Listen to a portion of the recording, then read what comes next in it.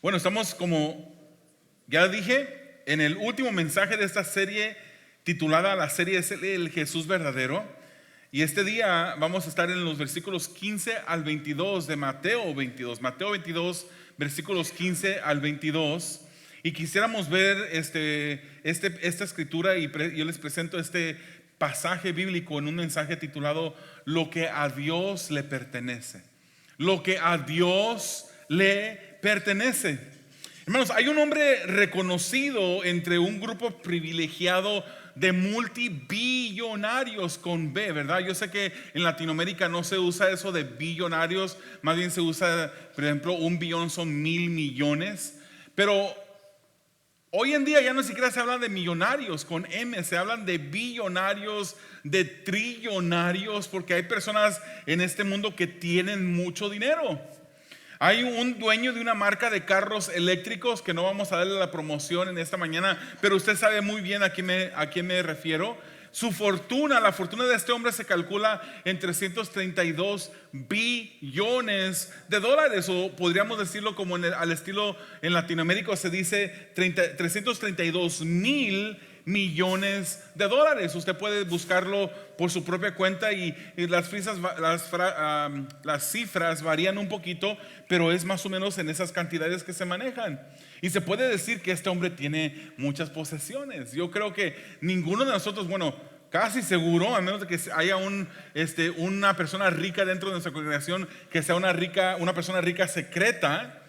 Yo creo que ninguno de nosotros tenemos ni siquiera 332 millones de pennies en nuestra posesión. Este hombre tiene 332 mil millones de dólares. Cuando pensamos en las cosas que tenemos, es típico pensar en nosotros como dueños. Por ejemplo, yo sé que me estoy refiriendo a ninguna de las hermanas aquí, pero alguna hermana de otras congregaciones pueden abrir su closet y tienen hasta closet donde uno puede entrar y caminar, un walk-in closet, y tienen una cantidad grande de zapatos que ya ni siquiera les caben. A veces tienen montones de zapatos amontonados porque no saben cómo organizarlos y tienen que pedirle al esposo que esté allí como esclavo, construyendo niveles de... No se nota dolor, ¿verdad? No, porque yo no soy ese hombre. Pero que tienen muchos zapatos porque tienen muchas posesiones. Simplemente en los zapatos. Hay personas que tienen carros múltiples. Hay personas que tienen muchas posesiones, mientras que otras personas pues no pueden decir lo mismo. Y cuando pensamos en lo que tenemos, pensamos en casas, pensamos en carros, en dinero en el banco, ropa, ya mencioné zapatos. Para los hombres ustedes no se quedan atrás, porque abrimos el garage y podemos ver una cantidad inmensa, una cantidad inmensa de herramientas y mucho dinero que la esposa ni siquiera sabe cuánto dinero se gastaron en esas herramientas. Pero todo eso es material. Todo eso es material. En realidad, hermanos, podemos saber y decir concretamente que todo lo que hay le pertenece a Dios. Todo lo que hay le pertenece a Dios. Incluso Ageo 2:8 es el versículo que todos conocemos, que dice: mía es la plata y el oro. Mía, eso es una referencia de Dios mismo hablando. Él dice: mía es la plata y el oro. Y aún, hermanos, cuando Dios es dueño absoluto de todo lo que hay, todavía hay algo que Dios requiere de nosotros. Y eso es lo que vamos a ver en esta mañana. Terminamos esta serie viendo, después de que hemos visto todo, que hemos examinado desde el primer capítulo, cómo Dios es el Rey de Reyes, cómo Él comprueba por esa genealogía que uno pareciera como que se aburre uno al leer que tal persona engendró a tal persona y luego esa persona engendró a esa otra persona. Uno dice, pues para quedarme dormido es que voy a leer el capítulo 1 de Mateo, y a veces funciona, muchas veces sí funciona. Pero hemos visto cómo Él es el rey que descendió del linaje de David, cómo Él es la promesa que a Abraham se le dio, que fue cumplida en Jesús. Pero ahora vamos a ver si en verdad reconocemos a Jesús como ese rey, que es Rey de Reyes. como esa promesa cumplida de parte de Dios. El primer punto, usted lo puede leer ahí en su programa, es un rey veraz frente a los líderes falsos. Un rey que era veraz frente a los líderes falsos. Y lea conmigo el versículo 15 al 17. Dice: entonces salieron los fariseos y tramaron, dice, cómo tenderle a Jesús una trampa con sus mismas palabras. Enviaron a algunos de sus discípulos junto con los partidarios del rey Herodes, los cuales le dijeron: maestro. Ahora imagínese usted en el tono que lo dicen, ¿verdad? Maestro, sabemos que eres un hombre íntegro y que enseñas el camino de Dios de acuerdo con la verdad. No te dejas influir por nadie, porque no te fijas en las apariencias. Danos tu opinión, le preguntan. ¿Está permitido pagar impuestos al César o no? Y uno diría: ¿por qué? ¿Qué mensaje tan raro para hablar sobre el último mensaje de esta serie, sobre hablar de las cosas que a Dios le pertenece?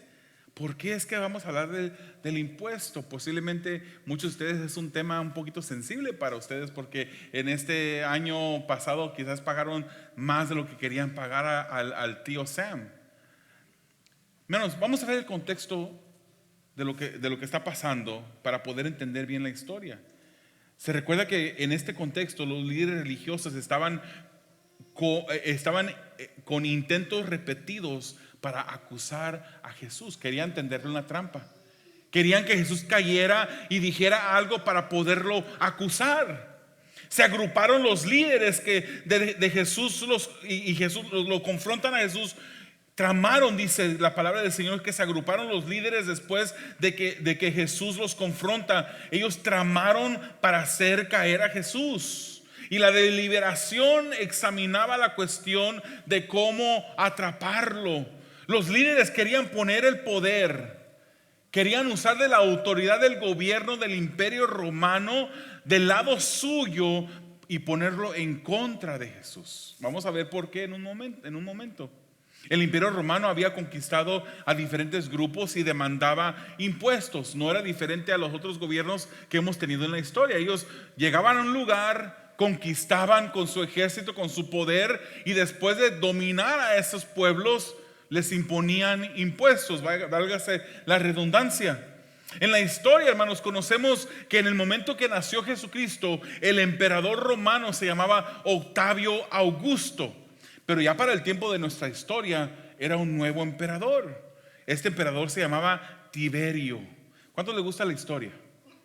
Porque estamos en un momento de historia ahorita y tenemos que repasar esta historia. No se me vayan a quedar dormidos, pero para poder entender lo que está pasando tenemos que pasar esto, hermanos.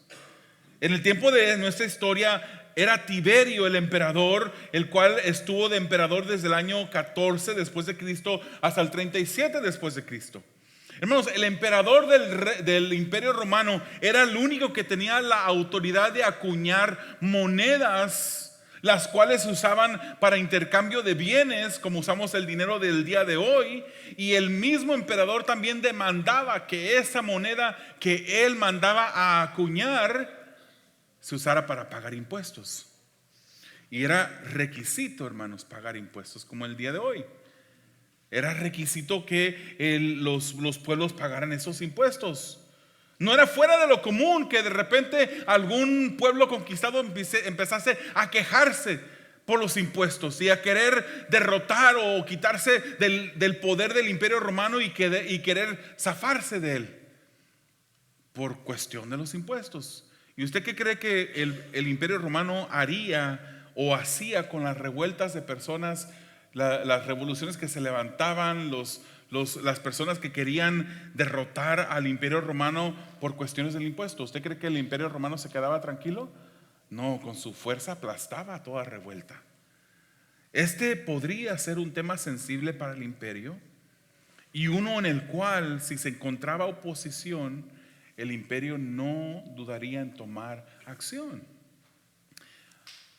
Pongamos ese conocimiento de la historia sobre los impuestos y el Imperio Romano, almacenémoslo a un ladito. Ahora hablemos de otro grupo.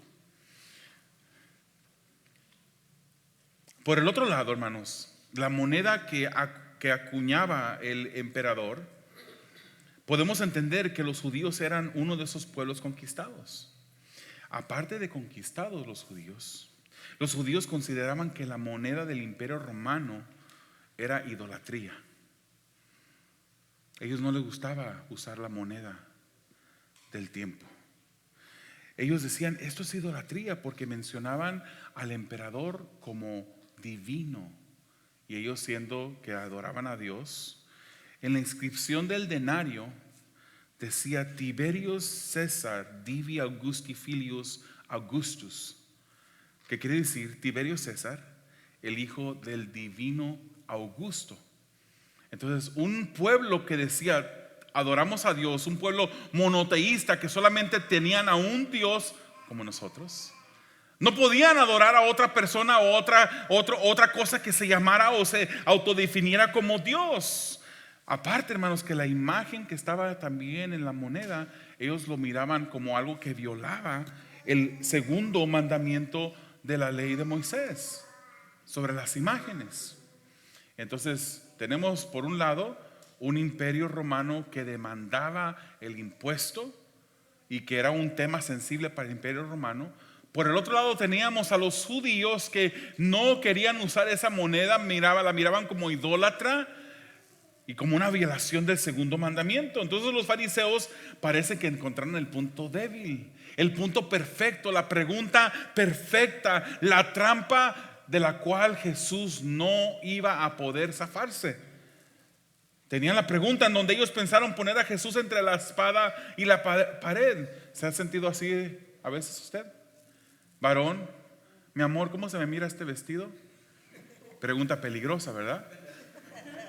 Esta era una pregunta peligrosa para Jesús. Para mí eso no es pregunta peligrosa, claro. Para mí eso no es.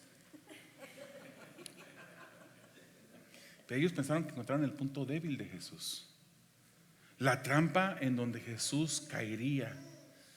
Aparte, hermanos, encontraron a sus acompañantes perfectos. Por un lado estaban los fariseos, y aquí dice los que simpatizaban con Herodes. Eso otras versiones le llaman los herodianos. Dos grupos de personas que no se llevaban entre sí, completamente opuestos, diferentes, con diferentes intereses, con diferentes enfoques. Fíjese, vamos a hablar un poquito de los fariseos. Los fariseos eran seguidores estrictos de la ley de Moisés y las tradiciones orales de la ley. Nunca aceptaron a Jesús como Mesías, se pusieron vehementemente en contra de él. Pero por el otro lado estaban los herodianos. Era un partido judío que no era religioso. Imagínense, fariseos ultra religiosos, herodianos no religiosos, pero como tenían un enemigo en común, se unen los dos para ir en contra de Jesús. Y era muy interesante que estos dos grupos fueron los que le hacen esta pregunta a Jesús. Los herodianos apoyaban la dinastía de Herodes, por eso se le llamaban herodianos. Apoyaban el imperio romano juntamente con sus políticas, estaban de acuerdo con el impuesto. Los herodianos. Estos dos grupos, hermanos, se unieron para ir en contra de Jesús, y la base de que estos hombres llegaran a Jesús era para sorprender a Jesús. La Nueva Traducción Viviente lo dice así: hacer que Jesús cayera en la trampa de decir algo por lo cual pudiera ser arrestado. Ese era el fin. Recuerden, estamos en la Semana Santa de este pasaje. Estamos en la semana cuando Jesucristo en unos días va a ser crucificado. Ellos estaban buscando una manera de poder arrestar a Jesús. Lucas dice que ellos querían entregar a Jesús al poder y autoridad del gobernador. Ahí están los intereses reales de estos hombres. Cuando este grupo de fariseos y herodianos llegaron a Jesús, le dicen maestro. Y aun cuando lo llaman así, hermano, no creían en él verdaderamente. Ahí comenzamos con hipocresía. Ellos no creían que él era un maestro, porque si era un maestro, hermano, cuando usted le dice a un maestro de matemáticas, usted va a decir, ok, a este maestro de matemáticas yo le llamo maestro y yo voy a aprender de él, y lo que él me diga que es. A este maestro de historia yo voy a aprender. Entonces cuando uno le llama a alguien maestro es porque uno quiere aprender de esa persona. Ellos no querían aprender de Jesús. Ellos no querían saber ni siquiera lo que él enseñaba. Además le dijeron: sabemos que eres un hombre íntegro y que enseñas el camino de acuerdo con la verdad. No te dejas influir por nadie porque no te fijas en las apariencias. Esos atributos de Jesucristo eran correctos. Jesús enseñaba cosas correctas. Él era un hombre íntegro. No se dejaba influir por las apariencias. No era parcial, era imparcial. Su enseñanza mostraba el camino verdadero a Dios. Y es verdad, pero ellos lo decían con hipocresía. Estaban llenos de hipocresía. Es por eso, hermanos, que decimos: no es suficiente autodenominarse cristiano. Si decimos que somos cristianos, pero no hacemos lo que el Señor nos manda hacer, no estamos siendo cristianos. No nacimos. Yo nací en un hogar cristiano, hermano. Desde que yo me recuerdo he estado en la iglesia. Bueno, hubo un tiempo de mi juventud, empecé a trabajar a los 14 años. Ya estoy aceptando haber cometido ilegalidades hace muchos años, pero comencé a trabajar a los 14 años. Nací dentro de un hogar cristiano. Por un tiempo trabajaba domingos y faltaba a la iglesia, pero el Señor no me dejó. Pero el que haya nacido yo en un hogar cristiano donde se practicaba el cristianismo, no quiere decir que yo era cristiano. No es suficiente decir que somos cristianos. No es suficiente decir que pertenezco a Purpose, el que está ahí por la Gary y la Holt. No es suficiente, hermanos, decir que somos cristianos. Nuestra vida es la que demuestra si somos o no somos. Nuestro caminar es lo que demuestra si en verdad somos cristianos. No es suficiente llamar a Dios Señor. Debe haber claras indicaciones de que en verdad Él es tu Señor. Pues no todo el que le llama Señor, Señor, dice la Biblia, entrará en el reino de los cielos. Es necesario darse completamente a Dios. Estos líderes religiosos no adoraban a Dios. Ellos adularon a Jesús. No lo adoraban, lo adularon. Hay una diferencia grande. La adulación, hermanos, es hacer o decir algo con el único propósito de que otro se agrade, aun cuando posiblemente tú no lo sientes o tú no lo crees. Eso se llama adulación. Pero Dios no quiere adulación de nosotros, hermanos. Lo que Dios quiere es adoración. Adoración. La adulación de estos líderes religiosos, de estos líderes religiosos y políticos estaba permeada de hipocresía. Lucas hace otros contrastes bien definidos entre Jesús y esos tramposos. Lucas los identifica como espías que fingían justicia. Solamente fingían. Querían desarmar a Jesús diciéndole: maestro, sabemos que eres imparcial, que enseñas el camino a Dios. Querían desarmarlo. No sabían que lo estaban armando y que la respuesta de Jesús iba a ser tajante. Tajante, hermanos. La pregunta que le hicieron ¿es lícito? ¿Es correcto pagar el impuesto al César? Imagínense que ahorita aquí entre nosotros hubiera una persona que trabajara para el IRS, el Departamento de Impuestos de Estados Unidos. Y yo aquí estuviera enseñándole: ¿sabe qué? No es necesario pagar impuestos. Es más, consígase un familiar allá en México y agregue el seguro social o agregue la información de ese familiar y paga menos. Y hasta le dan más. Hermanos, como cristianos nosotros tenemos que ser rectos. No ande falsificando, no ande estirando la verdad simplemente para ahorrarse unos dólares. Le aseguro que esos dólares extras que se ahorra o ese dinerito extra que le van a mandar se le va a derretir en la mano y se le va a escurrir de las manos como el agua. Dios no se agrada, hermanos, de las mentiras. Y eso es mentira. El decir que tengo familiares que yo mantengo en México, posiblemente le mandas, pero no lo estás manteniendo. Decir que tienes un hijo que ni siquiera te has hecho cargo de él y que lo pones en tus impuestos. El decir y estirar la verdad es no es estirar la verdad, eso se llama mentir. ¿Qué diría un agente del departamento de impuestos si yo les dijera a ustedes, no paguen impuestos? No estaría de acuerdo. Y la pregunta que le hacen aquí: ¿es lícito, es correcto pagar el impuesto al César? Hermanos, recordemos quién les está haciendo esta pregunta. Son herodianos que estaban de acuerdo con el imperio romano, que estaban de acuerdo con sus políticas, que estaban de acuerdo con los impuestos, y también los fariseos, que no querían la moneda porque la consideraban idolatría y un quebrantamiento del segundo mandamiento. Esas eran las personas que le hicieron esta pregunta. O sea que esta pregunta fue muy inteligente, hermanos. Fíjense nada más. Si Jesús decía, no paguen el impuesto, los herodianos hubieran tenido allí la razón para ir con el imperio romano y decir, allá anda uno enseñando que no paguen impuestos. ¿Y qué iban a hacer? Iban a conseguir que el poder del imperio romano fuese en contra de Jesús. Y si Jesús decía, no, sí deben de pagar los impuestos, entonces los fariseos hubieran agarrado esas palabras de Jesús para decirle al pueblo judío, se fijan, Él no es fiel a Dios. Él dice que viene de parte de Dios, pero Él no es fiel porque Él quiere y está de acuerdo con esa moneda, que es una moneda idólatra. O sea que Jesús pareciera como que no tenía para dónde, ni para hacerse ni para acá, ni para acá. ¿Para dónde se hacía Jesús? ¿Qué es lo que Él debía de contestar? Decir que sí, debían de pagar impuestos o no. Estos líderes religiosos debían de entregarse a Dios, reconociendo a Jesús, el enviado de Dios, pero ellos, en lugar de hacerlo, lo querían tentar y habían encontrado la pregunta perfecta.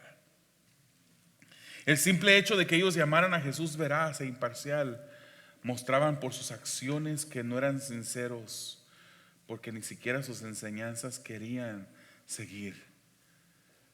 ¿Cuántas de nuestras acciones en realidad son obedientes a Dios, hermanos? ¿O somos como estos líderes que le llamaban maestro a Él y no le hacían caso? Somos como estos líderes que nos llamamos cristianos falsamente diciéndolo, y en verdad no estamos obedeciendo sus preceptos. Estamos viviendo en acción, o sea, estamos accionando en nuestra vida como que de verdad creemos en Jesús.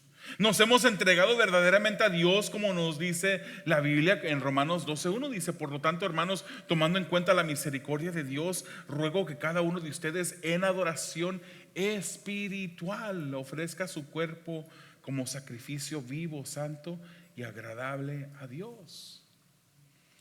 Todo lo de nosotros, todo nuestro ser le pertenece a Dios. Pero estamos viviendo como que en verdad le pertenece a Dios. Vayamos al segundo punto, versículos 18 al 22. El rey sabio frustra a los astutos. Dice el 18, conociendo sus malas intenciones, Jesús respondió, hipócritas, ¿por qué me tienden trampas? Muéstrenme la moneda para el impuesto. Y se la enseñaron. ¿De quién es esta moneda y esta inscripción?, preguntó. Del César, respondieron. Ellos mismos respondieron. Entonces dijo Jesús, denle al César lo que es del César y a Dios lo que es de Dios. Al oír esto quedaron asombrados, así que lo dejaron y se fueron. Bueno, las intenciones de estos líderes no fue algo oculto para Jesús. Ellos le dijeron, maestro, eres imparcial, maestro, enseñas el camino correcto. Pero Jesús los leyó como Él sabía hacer. Pudo de inmediato ver que su pregunta era falsa, y Lucas nos dice que Jesús percibió su astucia. Mateo nos dice que Jesús identificó en ellos malicia aparte de hipocresía. ¿Por qué me tienden trampa?, dijo Jesús. Trágame el denario. Trágame el denario. ¿De quién es esta inscripción?, les pregunta. Y ellos mismos contestan, del César. Pues denle a Dios lo que es de Dios. Al César primero, dijo, denle a César lo que es del César y a Dios lo que es de Dios. Esto Esto dejó a los que lo cuestionaban maravillados, hermanos. Ellos pensaron que iban a atrapar. Dijeron: seguro cae Jesús en esta pregunta, no va a poder hacerse ni para la izquierda ni para la derecha, aquí va a caer. Pero él contestó de una manera que frustró su astucia. Ese es el Dios que servimos, hermanos. El Dios que servimos, hay personas que pueden pensarse sabias, inteligentes, para poder saber mejor que Dios, mejor que Él. Pero Él frustra al astuto. Fíjese lo que dice Job 5, 12 y 13. Él deshace las maquinaciones de los astutos para que no prospere la obra de sus manos. Él atrapa a los sabios en su propia astucia y desbarata los planes de los malvados. ¿Quién puede contra Dios? ¿Quién puede? ¿Quién sabe mejor que Dios?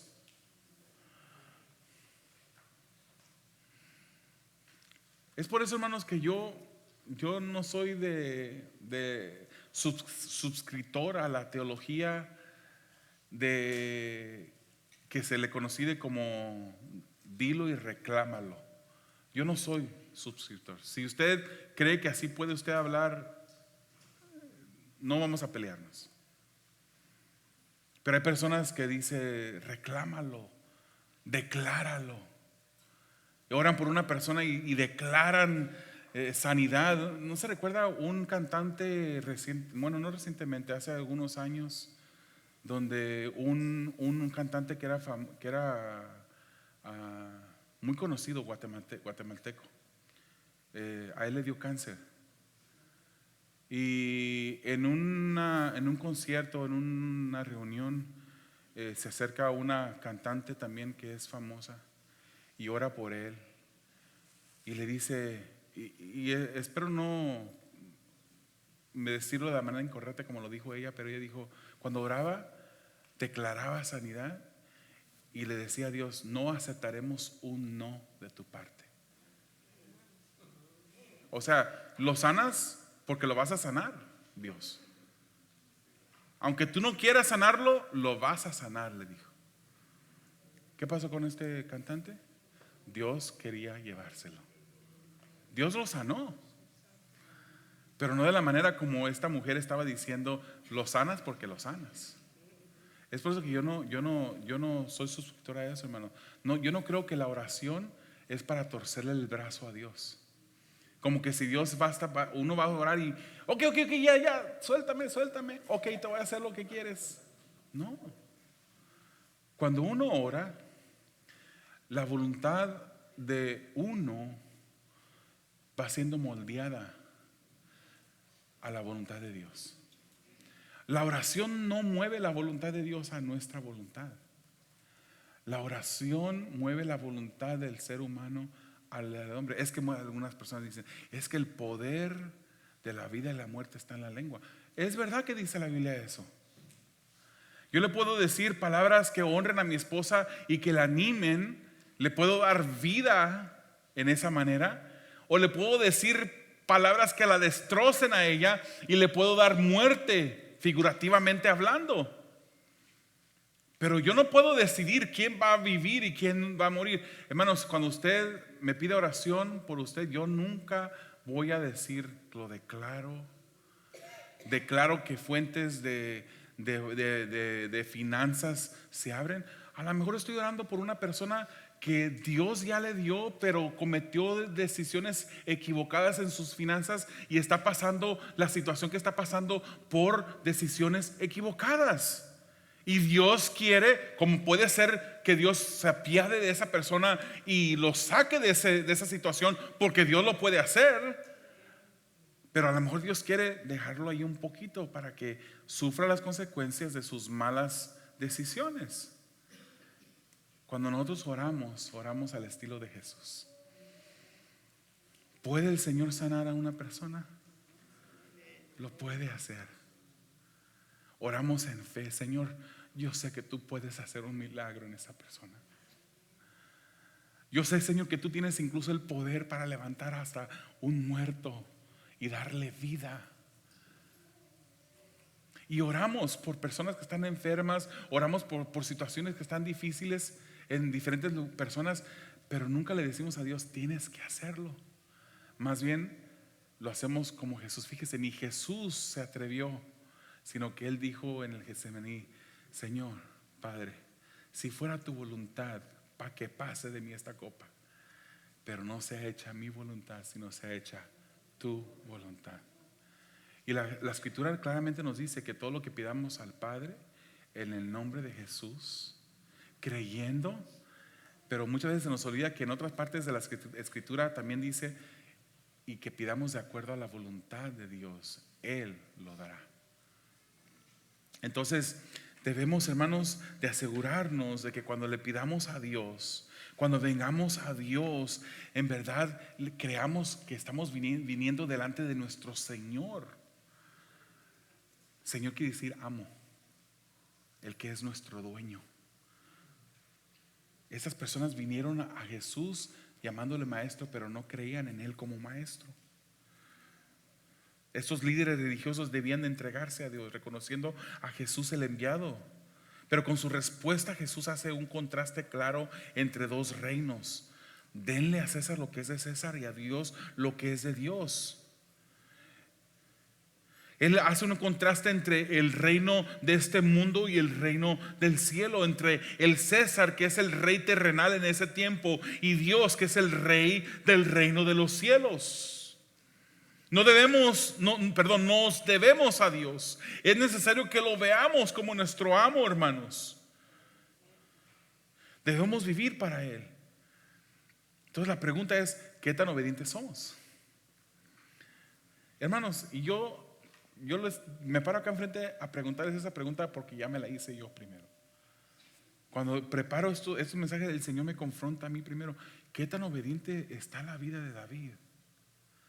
Se para los domingos y predica 2 sermones en 2 diferentes lugares, pero ¿está viviendo lo que predica? ¿Estamos caminando en obediencia delante de Dios? Todo le pertenece a Dios. ¿Le estamos dando también nuestra obediencia? ¿Lo estamos mirando a Él como nuestro amo? ¿Nos hemos entregado verdaderamente a Él? ¿Estamos viviendo para Dios? ¿Estamos dando lo mejor de nosotros a Dios? ¿Estamos adorándole sin titubear?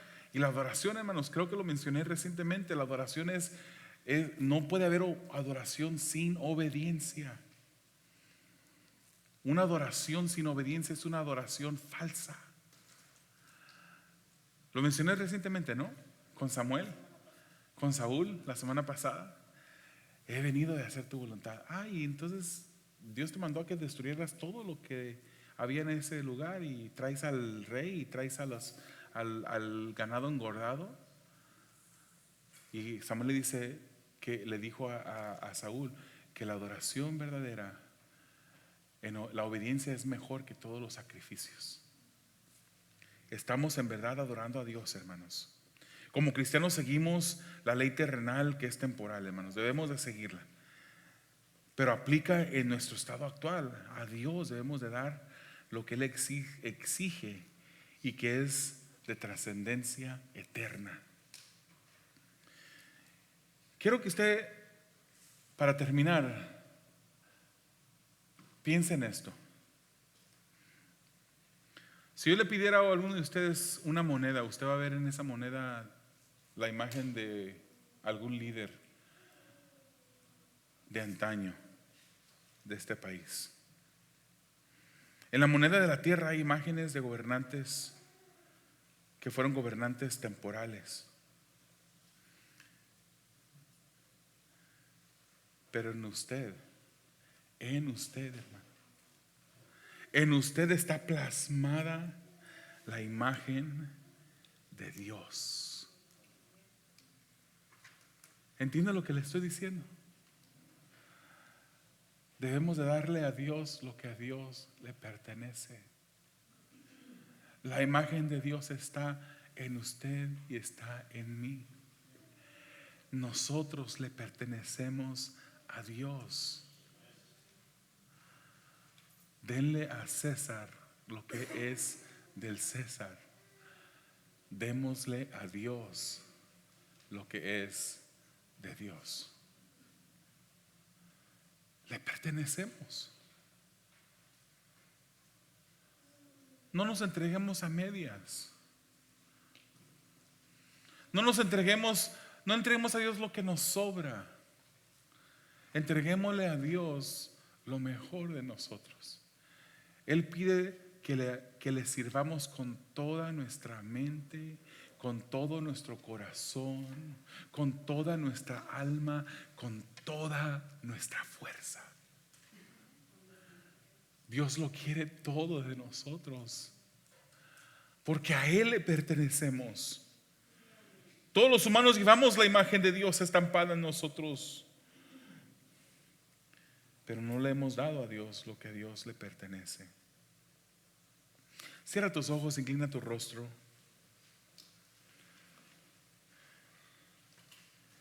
Considera que le perteneces a Dios.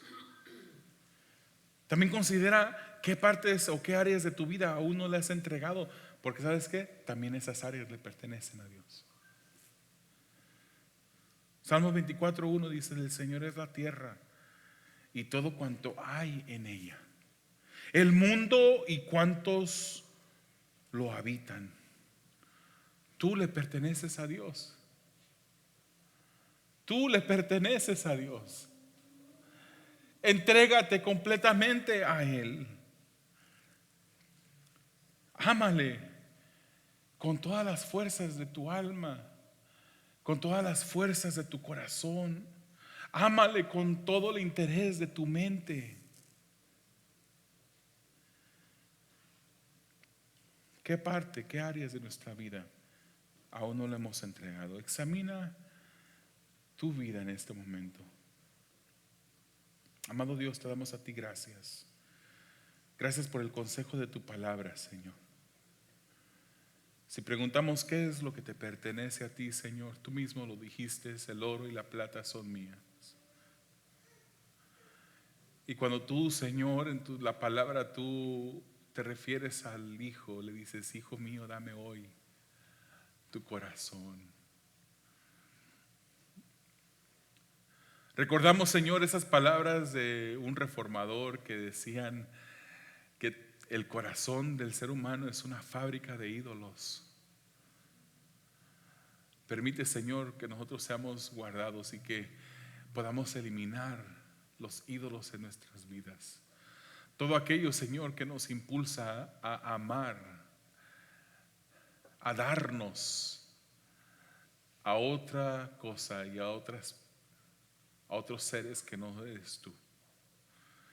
Que podamos entregarnos verdaderamente a ti, Señor, en cuerpo, alma. Que podamos servirte con todo lo que somos, Señor. Te lo pedimos a ti. Te rogamos que lo hagas. Porque sabemos, Señor, que tú lo puedes hacer. Porque sabemos, Señor, que esto es algo que está de acuerdo a tu voluntad. Hágase tu voluntad en nuestras vidas, Padre.